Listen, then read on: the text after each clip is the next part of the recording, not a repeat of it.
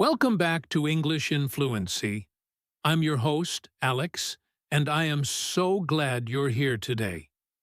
Before we get into anything, I just want to take a quick second to say, if you've been following along with this channel, thank you. Genuinely. It means the world to me that you keep showing up, keep practicing, and keep pushing yourself to get better. And if this is your very first time here, then welcome. You've picked a great day to start. Now, today's lesson is one I've been wanting to do for a really long time, because it's something that almost nobody talks about, but almost everybody struggles with. And here's the thing. You might not even realize you're struggling with it. That's what makes it so tricky. So let me ask you something. Have you ever been in a conversation in English, maybe with a coworker, a classmate, a friend, or even a stranger, and you asked them something, and they gave you an answer, but the answer just felt off? Like something about it didn't quite sit right. Like they were saying yes, but somehow meaning no. And you walked away feeling confused, maybe even a little embarrassed. Like you missed something? If that's happened to you, you are not alone. In fact, that happens to almost every English learner at some point. And the reason it happens is because native English speakers, especially in British, American, Canadian, and Australian English, very rarely say a flat, blunt no. Instead, they express refusals in soft, polite, indirect ways. They use what I like to call gentle no signals. And if you don't know what to listen for, those signals are almost impossible to catch. But here's the good news. Once you learn these patterns, once you start to understand how this works, conversations become so much clearer. You stop feeling confused. You stop second-guessing yourself. You start understanding not just what people are saying, but what they actually mean. And that, my friend, is real fluency. That's the kind of understanding that gets you from B1 level all the way to sounding natural and confident in English. So today, that's exactly what we're going to do. We're going to listen to real dialogues between real characters in real situations, at work, at home, between friends, in public. And we're going to slow everything down and look at exactly how polite refusals work in English. We'll break them down piece by piece, practice them together, and by the end of this lesson, I promise you'll never miss a gentle no signal again. And speaking of not missing things, if you haven't already subscribed to English in Fluency, please do that right now. Hit the subscribe button, turn on your notifications, and join our community. We post new listening practice lessons every week, and they're all designed specifically for B1 level learners who want to move toward real, natural English. Okay, let's dive in. Let's start with our very first conversation, and I want you to really listen carefully here. This is between two friends named Priya and Marcus. They've known each other for a couple of years, and they're comfortable enough with each other to be honest. But they're still polite, still kind. Priya is excited about something she's planning, and she wants Marcus to join her. Let's hear how it goes. Priya says to Marcus, "Hey, so I was thinking, do you want to come to my pottery class with me on Saturday? I think you'd actually really enjoy it. It's super relaxing and the instructor is great." And Marcus responds, "Oh, wow, pottery. That's so cool that you're doing that. Honestly, it sounds really interesting. I've always been kind of curious about trying something creative like that. I mean, I'd have to check what I've got going on this weekend. I feel like there might be something already, but I'm not totally sure. I'll have to get back to you on that one. Okay. Pause right there. So what just happened? Did Marcus say yes? Did he say no? Did he say maybe? Let's really look at this carefully, because there's a lot going on in that response, and every single piece of it is important. First, notice what Marcus does right at the beginning. He says, "Oh wow, pottery. That's so cool that you're doing that." He's showing enthusiasm about Priya's hobby. He's being warm and supportive. But notice, he's not saying anything yet about whether he wants to go. He's talking about her, not about himself. That's the first soft move. Then he says, "Honestly, it sounds really interesting. I've always been kind of curious about trying something creative like that." Again, he's expressing positive feelings about the idea. He's being kind. But is he saying he wants to go? No, he's not. He's saying the concept sounds nice, not that he's going. Then comes the key moment. He says, I mean, I'd have to check what I've got going on this weekend." Did you catch that little That hesitation is not an accident. It's a signal. It tells you that Marcus is thinking carefully, that he's not excited and jumping at the invitation. That small is doing a lot of work. Then he says, "I feel like there might be something already." Notice the vagueness there. He doesn't say, "I have plans." He says he feels like there might be something. That's a deliberately soft, uncertain way of saying he probably doesn't want to come. And finally, "I'll have to get back to you on that one." That's the closing move. And in natural English conversation, when someone says they'll get back to you, especially on a casual social invitation, it almost always means no. Not always. Sometimes people genuinely do need to check.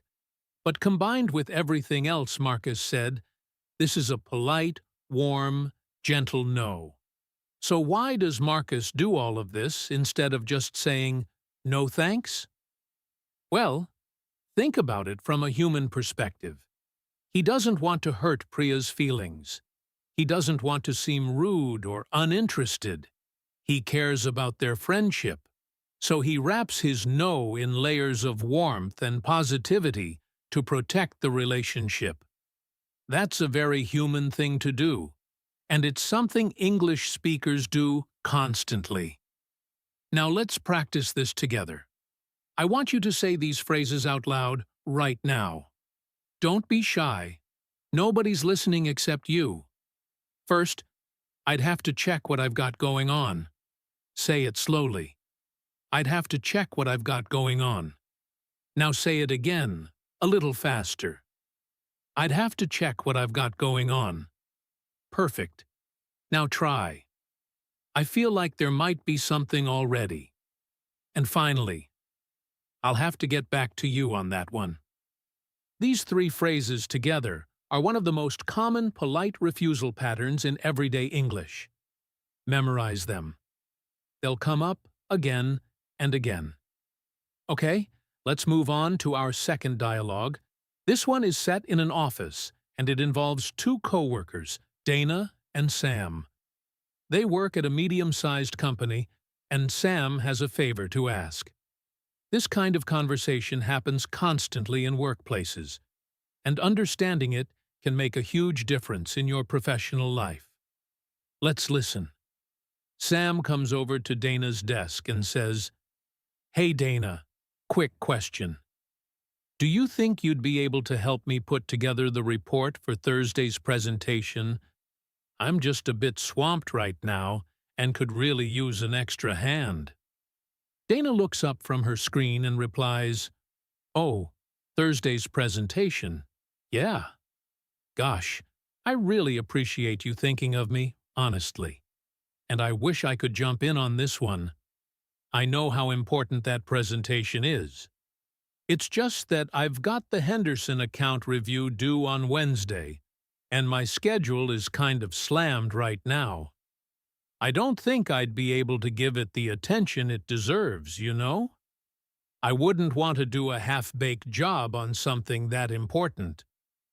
So, let's break this down together, because this is a slightly different type of polite refusal than the one we heard from Marcus. The first thing Dana does is acknowledge the request. Oh, Thursday's presentation, yeah. She's showing she heard it. She's paying attention. She's taking it seriously. That acknowledgement is an important part of how polite refusals work. You don't just ignore the request. You show respect for it. Then she says, I really appreciate you thinking of me, honestly. This is what language teachers call a softening phrase. It does two things. It makes Sam feel good for having asked, and it begins to prepare him for the fact that the answer isn't going to be what he hoped. It's like putting a cushion on the floor before you fall. It softens the landing. Next, she says, and I wish I could jump in on this one. Notice the word wish. When someone says they wish they could do something, it means they can't, or they're not going to. It's one of the most reliable signals in English. If someone says, I wish I could come, they're not coming. I wish I could help. They're not helping. The word wish tells you the answer is no before the sentence is even finished. Then Dana does something very clever. She gives a reason. She explains she has the Henderson account review due on Wednesday, and her schedule is slammed. This is important because it frames the refusal as circumstantial. It's not that she doesn't want to help Sam, it's that the timing just doesn't work. She's not rejecting him personally. She's rejecting the timing.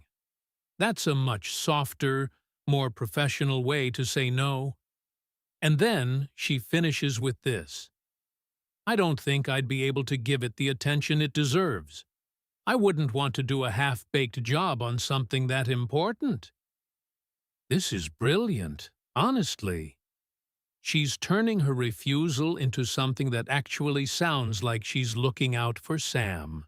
She's saying, I care about your presentation too much to do it badly.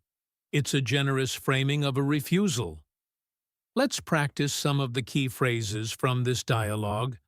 Repeat after me. I really appreciate you thinking of me. I wish I could, but my schedule is slammed. I wouldn't want to do a half-baked job. That last phrase, half-baked, is a great idiom. It means incomplete, not thought through, not done properly. It comes from the image of bread that hasn't been baked long enough, so it's still raw inside. A half-baked job is work that isn't good enough. And saying, I wouldn't want to do a half-baked job is a polite, face-saving way of declining something. Notice something important about both of these examples so far. In both cases, Marcus and Dana, the person saying no never actually uses the word no. Not once. That's very typical in polite English refusals. The word no can feel harsh, blunt, almost confrontational. So instead, people build these elaborate, layered responses that communicate the same thing, but gently, warmly, with care. Let's look at our third dialogue. This one is a little different because it's between two family members, a mother named Gloria and her adult son, Nathan. Nathan has been living in a different city for a few years, and he's calling his mom to ask if he can stay with her for a few weeks while he looks for a new apartment. Family dynamics are complicated, and even within families, people use polite refusal language. Let's listen. Nathan calls his mom and says, Hey Mom, so I have a bit of a situation. My lease is ending next month, and the new place I was going to move into fell through, and I was wondering, would it be okay if I came and stayed with you for a few weeks? Just until I find somewhere new." Gloria is quiet for just a second, and then she says, "Oh, sweetheart. Oh, gosh. Of course, you know how much I love having you here. I really do. It's just, you know your Aunt Rosemary has been staying in the spare room since her hip surgery, and she's going to be here for at least another month. Maybe more. And honestly, the house is just a little chaotic right now with everything going on. I don't know if it would be comfortable for you. I'd hate for you to be cramped. Have you thought about maybe asking your cousin Leo? He's got that big place now." Okay, what a rich response from Gloria. There's so much to unpack here. Let's start with that 1 second of silence before she responds. Did you notice that? In conversation, a pause, even a very short one, can be meaningful. When someone pauses before answering a personal question, it often means they're figuring out how to phrase something difficult. That half-second of silence is itself a kind of signal. Then she opens with, "Oh, sweetheart. Oh, gosh." These are emotional fillers. They're not conveying information. They're buying time and expressing emotion. They show that she's affected by the question, that she's taking it seriously. They also warm up the conversation before what's coming next. Then she says, "Of course, you know how much I love having you here. I really do." This is fascinating. She's affirming her love for her son before saying no to his request. She's making absolutely sure he doesn't interpret the refusal as a rejection of him as a person. This is very common in emotional refusals between people who care about each other. You establish the relationship before you deliver the news. It's just, those two words are huge. It's just is one of the most powerful setups for a polite refusal in English. Whenever you hear "it's just," prepare yourself. Something is coming that the speaker finds uncomfortable to say. It signals a complication, an obstacle, a reason why the answer can't be yes. Then she explains the situation with Aunt Rosemary. This is her reason, her logical justification for not being able to say yes. Notice she doesn't say, "I don't want you to come." She says the house is chaotic. She's concerned about his comfort. She'd hate for him to feel cramped. Again, the refusal is framed around care for the other person, not around what she herself wants or doesn't want. And then, this is important, she offers an alternative. Have you thought about maybe asking your cousin Leo? This is a crucial move in polite refusals. When you say no to someone, especially someone you care about, offering another option or another direction softens the blow enormously. It shows you're still invested in their problem. You're still trying to help. You just can't be the one to solve it directly. Let's practice. Say these phrases out loud. It's just that things are a little chaotic right now. I'd hate for you to be uncomfortable. Have you thought about, maybe? That last one is a great way to redirect someone after a refusal. It's gentle, it's constructive, and it shows you care. Now, I want to take a moment to talk about something a little more theoretical, because understanding why people use polite refusals is just as important as recognizing the patterns themselves. And I think this will really help everything click for you. In linguistics, the study of language, there's a concept called face. No, not the face on your body.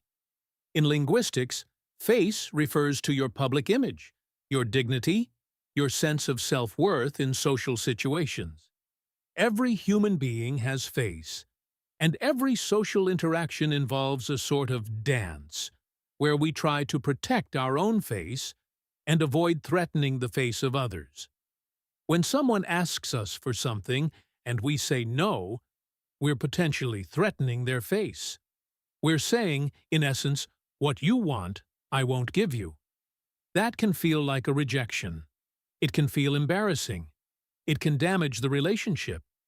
So we develop all these polite strategies: hesitations, softening phrases, reasons, alternatives, warm affirmations, to say no while protecting the other person's face as much as possible. This is not dishonesty. This is kindness, and it's deeply embedded in English-speaking culture. In some cultures, directness is valued above politeness. Saying a clear, simple no is considered more respectful because it's honest and efficient. But in many English-speaking contexts, especially social and professional ones, a blunt no can be seen as harsh, even rude. So the polite indirect no is the expected form. It's what people are trained to hear and to produce. And this is exactly why it's so hard for English learners. If you come from a culture where direct communication is the norm, you might not even be listening for these indirect signals. You might hear Marcus say, "I'd have to check what I've got going on," and genuinely think, "Oh, he's checking his calendar. He might come." And then, when he doesn't show up, you feel confused, or maybe a little hurt. But now you know. Now you understand the system. And that understanding changes everything. Let's continue with our fourth dialogue. This time we're at a neighborhood community center, and two neighbors, Felicity and George, are chatting after a local meeting. Felicity is organizing a neighborhood fundraiser and is looking for volunteers. George has just moved to the area and wants to make a good impression, but he's also genuinely busy. Let's listen. Felicity says brightly, "George," perfect timing. "So, listen, we're putting together this spring fundraiser for the community garden. It's going to be a bake sale and a little fair in the park. We'd love to have more hands on deck. Do you think you'd be able to help out? We need people for setup on Friday evening, and then the whole of Saturday." George smiles and says, "Oh, the community garden fundraiser. I love that you guys are doing this. The garden looks fantastic, by the way. Really fantastic. Friday evening, and then all of Saturday. That's quite a commitment, isn't it? I would genuinely love to support it in some way. I've got my sister visiting that weekend, which I've been really looking forward to, and I'd feel terrible not spending that time with her. I wonder if there's maybe a smaller way I could contribute? Like, could I donate some baked goods in advance? Or maybe help out for just an hour or two on Saturday morning before her train gets in?" Beautiful. Let's go through this one. George starts by expressing genuine enthusiasm. "The Community Garden Fundraiser. I love that you guys are doing this. He's building goodwill, showing he's a good neighbor, showing he cares about the community. This isn't fake. He probably does appreciate the work Felicity does. But it's also a strategic opening because it frames the refusal that follows as coming from someone who genuinely values the initiative." Then he repeats back part of the request. Friday evening, and then all of Saturday. This is interesting. When someone repeats a detail back to you in a slightly wondering tone, it often signals that the scale of the request has surprised them, and that surprise is itself a soft no signal. He's letting Felicity hear the request through his ears. That's quite a commitment, isn't it? To gently indicate that it might be too much. I would genuinely love to support it in some way. Again, that word would. It's conditional. It's not I love to or I will. It's I would love to, meaning in another world, in different circumstances, yes, but not in this reality. There it is again. Just like Gloria said to Nathan. Is a setup for a complication. Listen for it. Every time. And then the reason. His sister is visiting. Notice he adds, which I've been really looking forward to. This isn't just an excuse. It's a reason with emotional weight. He wants Felicity to understand this is genuinely important to him, not just a convenient story. I'd feel terrible not spending that time with her. He's showing emotional investment. He's not just saying he's busy. He's saying what it would cost him emotionally to prioritize the fundraiser over his sister. That's a much more powerful and human way to decline. And then, and this is very clever, George doesn't just say no. He actively offers a compromise. He suggests donating baked goods in advance. He offers to come for an hour or two on Saturday morning. He's not walking away from Felicity's problem. He's reframing his involvement in a way that works for him. That kind of counteroffer in a refusal is very sophisticated, very natural English. It shows maturity, generosity, and social skill all at once. Let's practice the counteroffer language. Say this out loud. I wonder if there's maybe a smaller way I could contribute. That's a beautiful phrase. Gentle, collaborative, solution-focused. Try it again. I wonder if there's maybe a smaller way I could contribute? Perfect. Use that one. It will serve you so well. We're going to look at our fifth conversation now, and this one is quite different in tone. It's between two university students, Tobias and Imani, who are working on a group project together. There's a little bit of tension here because they don't know each other super well, and the academic pressure is real. Let's listen carefully. Tobias messages Imani and writes, "Hey Imani, so I was thinking, for the presentation, maybe I could take the lead on the research section and you could handle the data analysis part? I feel like that plays to both our strengths." Imani replies, "Hey Tobias, so I've been thinking about the presentation too, actually. I've been doing a lot of work on the research side this week. I've got a bunch of sources, and I've already started structuring it. I'd feel a bit weird handing that off at this point. You know, I'm kind of in the middle of it. Maybe I could keep going with research, and you could take the intro and conclusion. That way, we're both playing to our strengths, but the division might just look a little different. Interesting, right? This one feels a little different from the others. Imani isn't refusing to participate. She's refusing the specific arrangement Tobias proposed. Let's look at how she does it. First, she says, "I've been thinking about the presentation too, actually."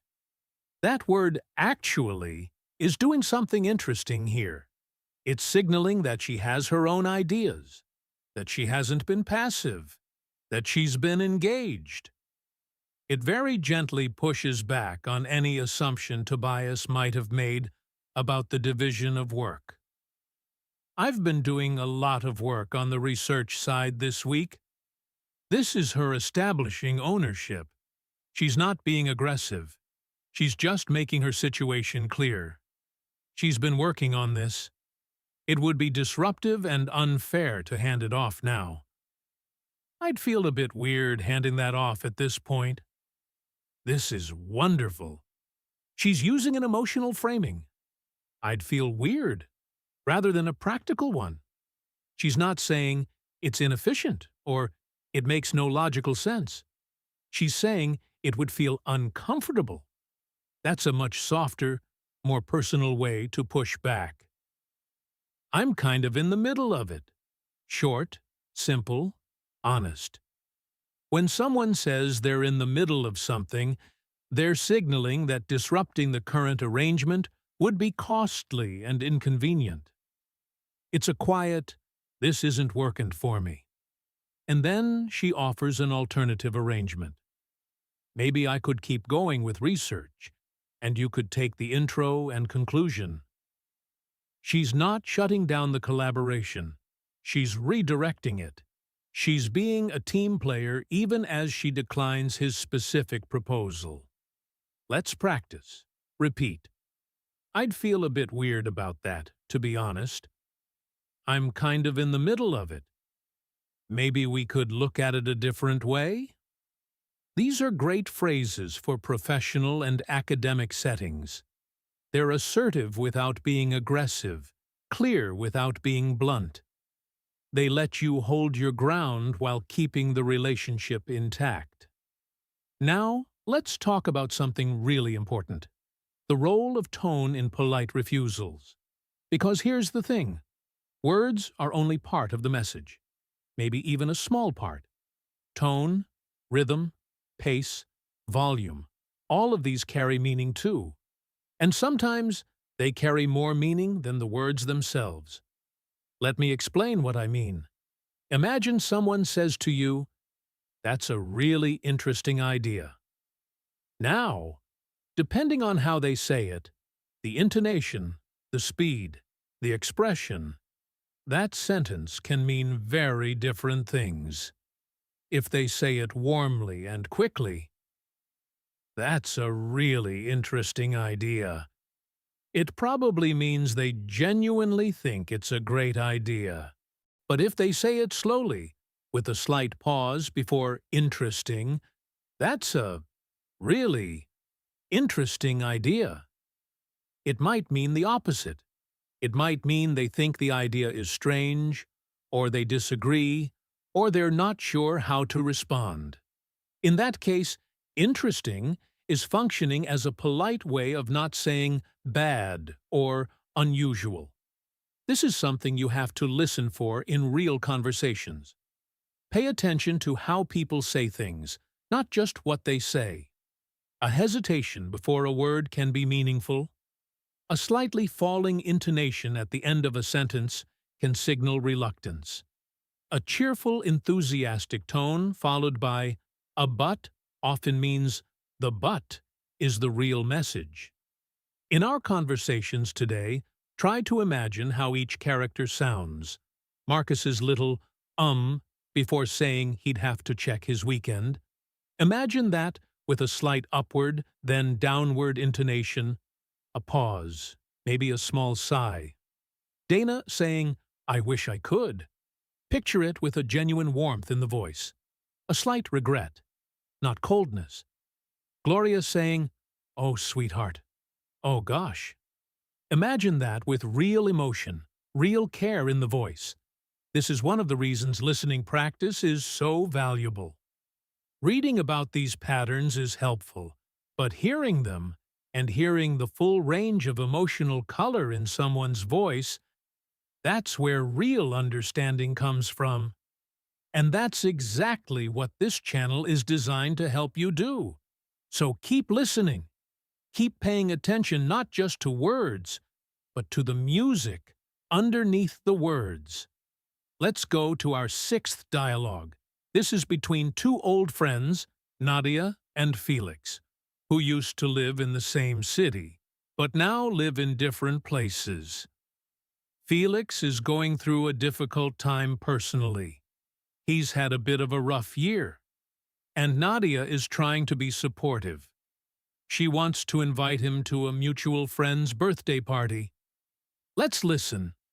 Nadia says on the phone, "Felix, it's so good to hear your voice. Listen, you know it's Carla's birthday next month, right? The 14th. We're doing a big dinner. Everyone's coming. It would mean so much to have you there. Tell me you'll come." Felix is quiet for a moment, then says, "Nadia, God, I've missed you. And Carla, of course. Give her my love. I Honestly, I want to be there. I really do. You know I love you all. It's just that this time of year is always a bit hard for me, as you know. And I've been trying to be really careful about what I commit to. Because when I take on too much, I kind of fall apart a little. I don't want to say yes and then have to cancel last minute and let everyone down. That would feel worse to me than just being honest now. Does that make sense? This one is emotionally richer than the previous dialogues. Felix isn't refusing because he's busy or because he has a scheduling conflict. He's refusing because of his mental and emotional state. And the way he does it is honest, careful, and deeply human. Let's look at how he navigates this. I've missed you. He opens with connection, with emotion. He's reminding Nadia that his absence from the party isn't about not caring. It's about something else entirely. Give her my love. This is important. Even though he's not coming, he's sending emotional presence to Carla. He's still participating in the relationship, even as he declines the invitation. I want to be there. I really do. Present tense. Want. Not, I would want, but I want. He genuinely does. He's not pushing Nadia away. He's being honest about what he wishes were possible. This time of year is always a bit hard for me, as you know. Notice the as you know. He's trusting Nadia with his vulnerability because she already knows his situation. He's not explaining it in detail. He's referencing it. That shared understanding between old friends makes the refusal feel intimate rather than cold. I've been trying to be really careful about what I commit to. This is self-awareness. He's describing the active, intentional way he's managing his well-being. It's a mature and honest reason. When I take on too much, I kind of fall apart a little. The phrase fall apart is an informal, human way of describing emotional overwhelm. Kind of fall apart a little softens it further. He's being honest, but not dramatic. And then his final point is remarkable. I don't want to say yes and then have to cancel last minute and let everyone down. That would feel worse to me than just being honest now. He's explaining that his honesty right now, his refusal, is actually an act of respect for Nadia and Carla. He's protecting them from a last-minute cancellation. He's choosing transparency over false hope. That reframes the refusal as a gift, not a disappointment. Let's talk about this. When you're listening to someone explain a refusal, especially a personal one of the most important things you can do is resist the urge to immediately feel hurt or rejected. Often, the person saying no is carrying their own weight, their own worries, their own limitations. And saying no is the kindest, most honest thing they can do. Understanding that, really feeling it, is part of emotional fluency in English. It's not just about the words, it's about empathy. Let me give you a list of the most important phrases and patterns we've covered so far, and I want you to keep these in your mind as we continue. These are your key signals, your indicators that a polite no is coming or has already arrived. Number 1, I'd have to check what I've got going on. This is a time-based deflection. It signals uncertainty that usually resolves as a no. Number 2, I wish I could, but the word wish almost always introduces a negative outcome. If someone says, I wish I could, they can't. Number 3, my schedule is a bit slammed right now. This is a workload-based refusal. It's professional and common. Number 4, it's just that. This is a setup for a complication. What follows this phrase is the real reason. Number 5. I wouldn't want to do a bad job of it. This is a generous framing where the refusal is presented as being in the other person's interest. Number 6. That's quite a commitment. When someone names the scale of a request back to you with a wondering tone, they're indicating it might be too much. Number 7. I'd feel a bit weird about that. An emotional framing of reluctance, gentle but clear. Number 8. I don't want to say yes and then let you down.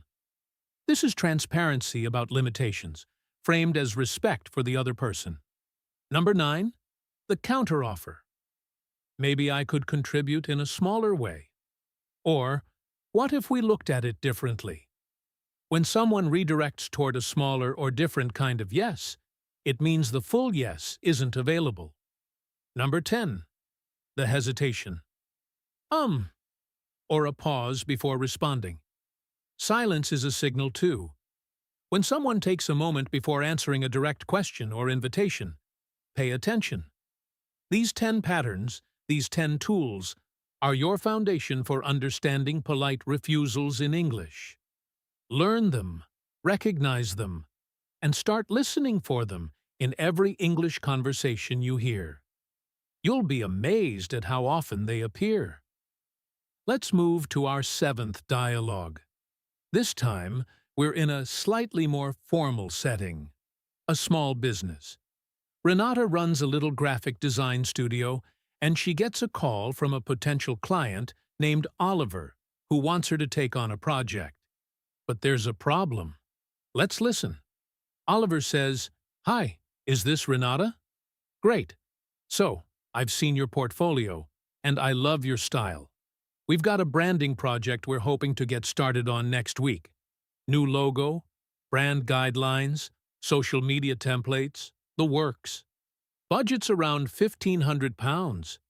I know it's on the tighter side, but we're a small startup, and we're hoping you might be flexible." Renata replies, "Oliver, hi. Thank you so much. I'm really glad the portfolio caught your eye. The project sounds exciting, honestly.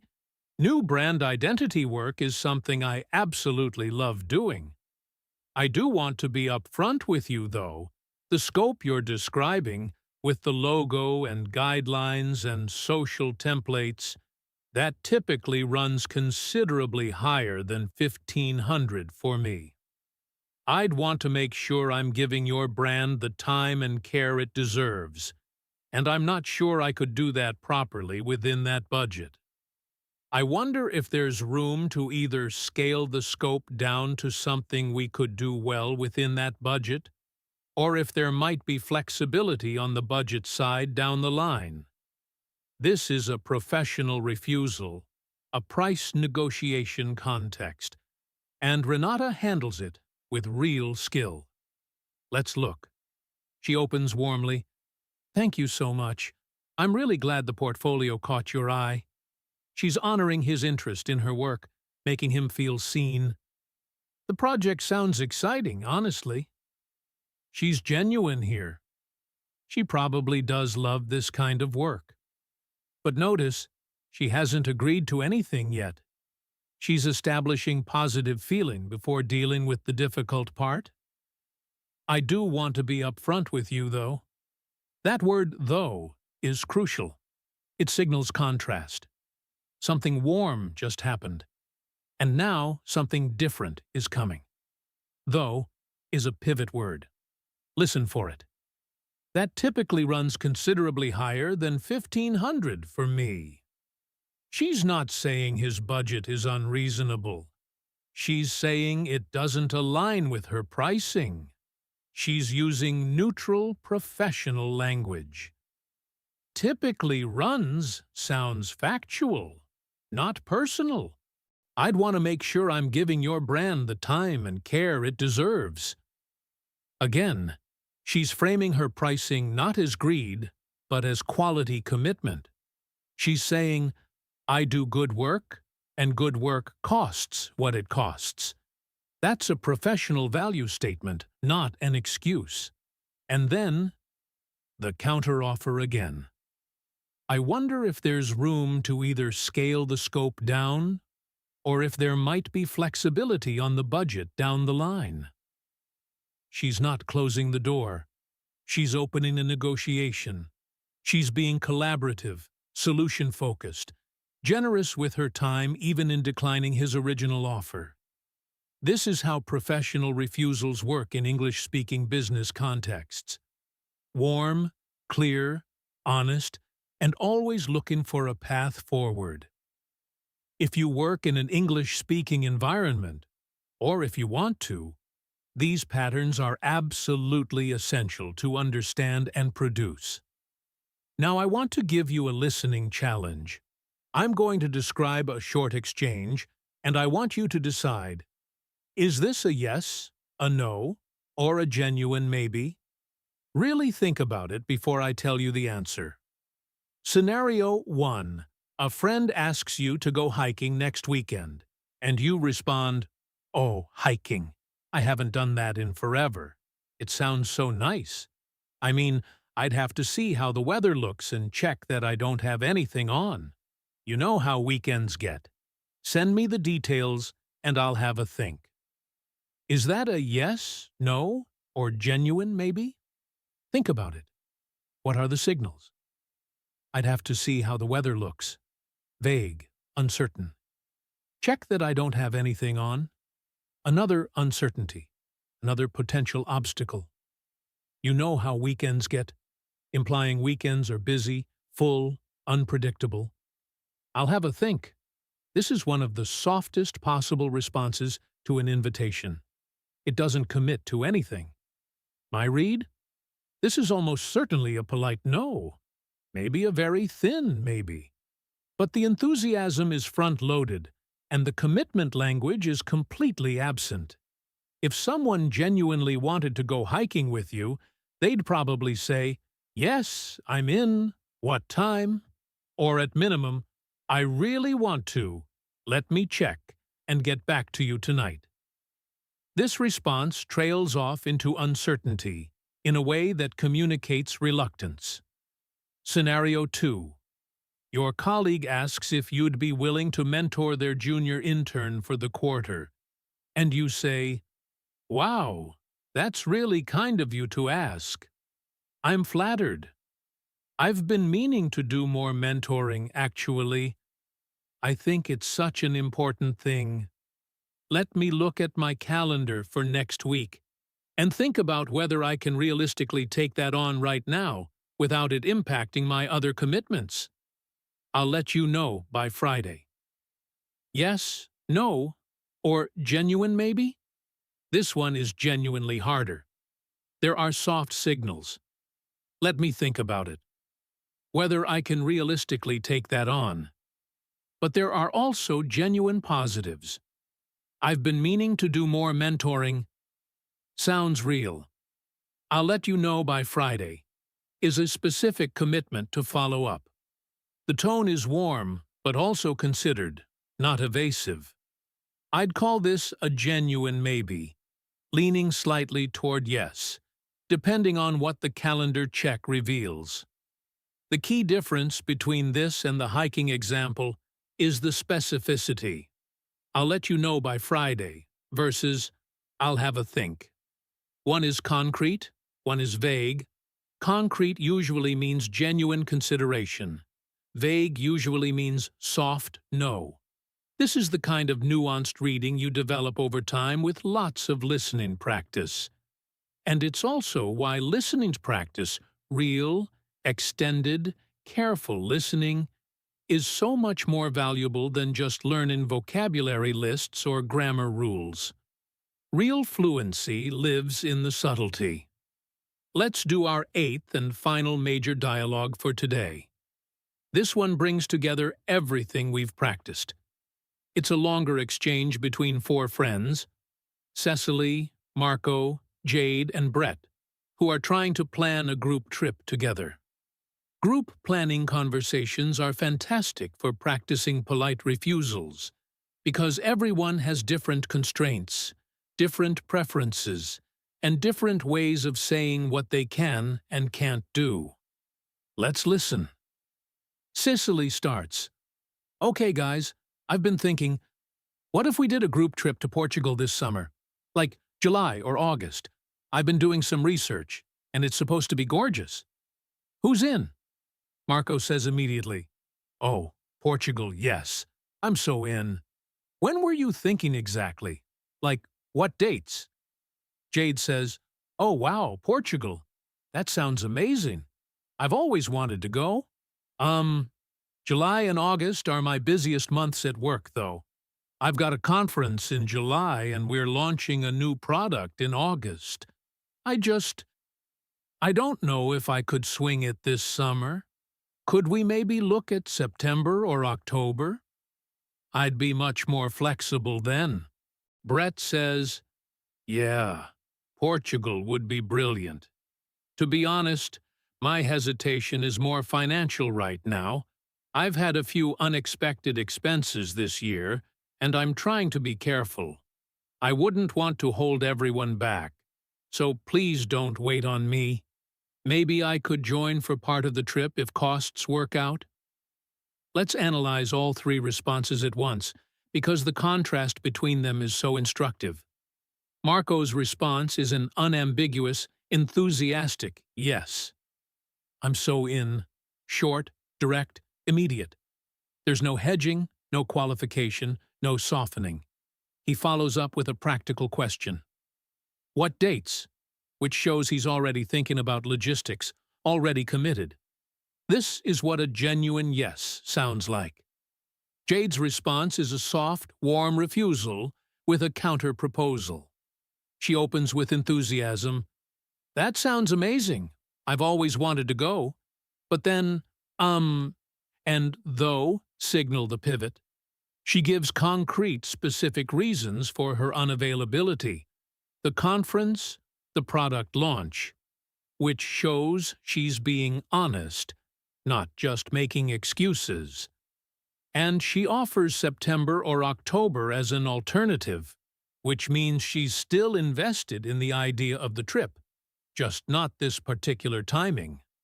Her refusal is collaborative and generous. Brett's response is the most emotionally complex. He uses the word hesitation, a very honest word for an uncertain, reluctant feeling. He names a real constraint, finances, which can feel vulnerable to admit. But notice how he handles it. I wouldn't want to hold everyone back, so please don't wait on me. He's putting the group first. He's releasing them from any obligation to accommodate his situation. That's a very mature, socially aware way to decline. Maybe I could join for part of the trip if costs work out? That's a conditional, tentative possibility. It's not a yes. It's not even a firm maybe. It's an I hope so, but don't count on it.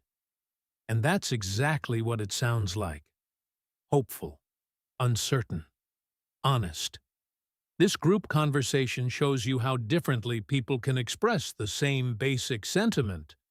I can't commit to this right now. Depending on their personality, their relationship to the group, their specific constraint, and their communication style.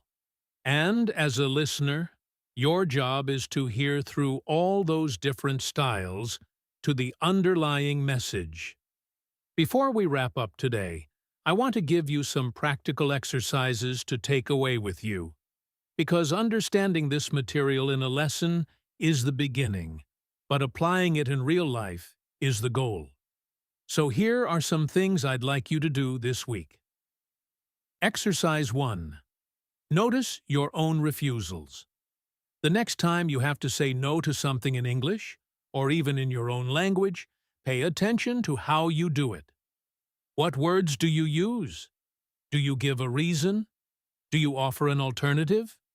Do you soften it with warmth first? Becoming aware of your own refusal patterns makes you much more attuned to other people's patterns. Exercise 2. Listen to English content. YouTube videos, podcasts, TV shows, movies. and specifically focus on moments where someone is declining something, being reluctant, expressing hesitation. Try to identify the signals. Try to hear the indirect no underneath the polite language. Do this consciously, deliberately, and it will start to happen automatically. Exercise 3. Role play. Get a conversation partner, a language exchange friend. Even just record yourself and practice saying polite refusals in different scenarios. Scenario: your friend invites you to a party and you don't want to go. Scenario: your boss asks you to take on extra work when you're already overwhelmed. Scenario: a neighbor asks to borrow something you'd rather not lend. Practice responding with warmth, softness, a reason, and possibly an alternative. Do this enough times and it becomes natural. Exercise 4. Learn 5 new softening phrases this week. Here are some to start with. I'd love to, but that means a lot, honestly. I wish the timing were better. It's just not the right moment for me. And would there be another way I could help? Each of these is a building block in the language of polite refusal, and having them ready in your mind means you'll recognize them instantly when you hear them. You know, what I love most about this topic, about polite refusals and the gentle no signal, is that learning it doesn't just make you a better English listener. It makes you a more empathetic person. When you understand why people wrap their nose in so much warmth and care, when you see the thoughtfulness and the kindness behind all those hedging phrases and softening words, you start to hear conversations differently. You start to hear people trying their best to be honest without being hurtful. And that's beautiful. That's human connection, working in real time. And that's what language really is, isn't it? It's not just information transfer. It's connection. It's care. It's people finding ways to relate to each other, to manage their relationships, to be kind even in difficult moments. And English does this in particular ways, with particular patterns, and the more deeply you understand those patterns, the more deeply you can connect with English speakers on a human level. That's why I do this. That's why English in Fluency exists. Not just to teach you grammar rules or vocabulary lists, but to help you truly understand the living, breathing language that real people speak every day. The language of hesitation and warmth, and polite no's and genuine maybes, and enthusiastic yesies. The full, rich, complicated, beautiful language of human connection in English. And you are doing such important work by showing up to practice. Don't underestimate what it takes to sit down and focus and listen and think in a second language. That takes real commitment, and I see it in you every time you come back to this channel. So before I let you go today, here's what I want you to do right now. First, if you found today's lesson helpful, please give it a thumbs up. It genuinely helps this channel reach more learners, and it lets me know that this kind of content is valuable to you. Second, leave me a comment below. Tell me, which dialogue today felt the most real, the most relatable to you? Was it Priya and Marcus, Dana and Sam, Gloria and Nathan, Felicity and George, Tobias and Imani, Nadia and Felix, Renata and Oliver, or our group planning conversation? I read every single comment, and I love hearing from you. Third, subscribe to English in Fluency if you haven't already. We have a whole library of B1 listening practice videos covering everything from workplace English to social conversations to formal situations. And every single lesson is designed to help you understand not just the words, but the whole living system of English communication. And fourth, share this video. If you know someone who's learning English, who struggles to understand what people really mean, who gets confused by polite, indirect language, share this with them. It might be exactly what they need. I'm Alex. This has been English in Fluency. Thank you so much for spending this time with me today. Keep listening, keep practicing, keep showing up. Real fluency is closer than you think, and you are already on your way. See you in the next lesson.